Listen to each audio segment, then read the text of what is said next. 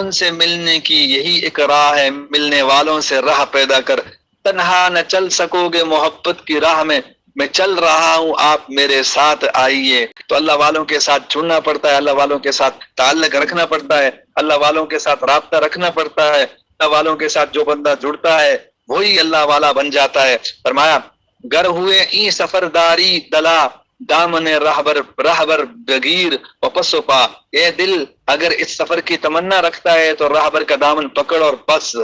یہ جو اللہ والوں کی صحبت ہوتی ہے اس کے 4 فائدے ہوتے ہیں۔ پہلا نفع یہ ان کے ملفوظات اور ان کی باتیں سن کر انسان کے نفس کے رذائل انسان کو معلوم ہوتے ہیں۔ دوسرا، انسانی طبیعت کے اندر نقل اعمال اور اخلاق کا جو مادہ ہے اس کی وجہ سے طبیعت ان کے اخلاق کو اپنا لیتی ہے۔ تیسرا، انسان ان کی صحبت میں جاتا ہے، ان کے بیانات سنتا ہے، ان کی دعاؤں میں شامل ہو جاتا ہے۔ چوتھا فائدہ یہ ہے کہ اگر کسی بات پہ ان کا دل خوش ہو جاتا ہے، اللہ والوں کا دل خوش ہو گیا تو اہل اللہ کے دل کا خوش ہونا دعائے مستجاب کا درجہ رکھتا ہے۔ تو روح المعانی میں لکھا ہے اہل اللہ کے دل کا خوش ہونا دعائے مستجاب کا درجہ رکھتا ہے۔ تو اور جو بندہ جو ہے اللہ والوں کے ساتھ جڑتا ہے، حضرت تھانوی فرماتے ہیں 3 کام کرے نسبت ملنے کی جو ہے گارنٹی میں دیتا ہوں۔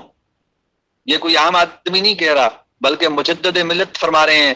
ایک نیک اعمال کا اہتمام کرے، جو انہوں نے اعمال بتائے ہیں ان کو کرے۔ دوسرا کام صحبت صلاحہ کو اختیار کرے، کسی اللہ والے سے بیعت ہو جائے۔ تیسرا ان کے کہنے کے مطابق ذکر کی کثرت کرے۔ فرماتے ہیں 3 کام کرو، واللہ واللہ واللہ، 3 مرتبہ قسم کھا کر فرمایا اللہ تمہیں نسبت کا نور عطا فرما دے گا۔ اللہ کے بندے نے 3 مرتبہ قسم کھائی حضرت تھانوی صاحب رحمۃ اللہ علیہ نے، تو معلوم ہوا کہ کرنے میں کمی ہے، ہماری اپنی کمزوریاں ہیں۔ صحبت اختیار کریں گے پھر دیکھیں نسبت کی برکتیں کیا رنگ دکھاتی ہیں۔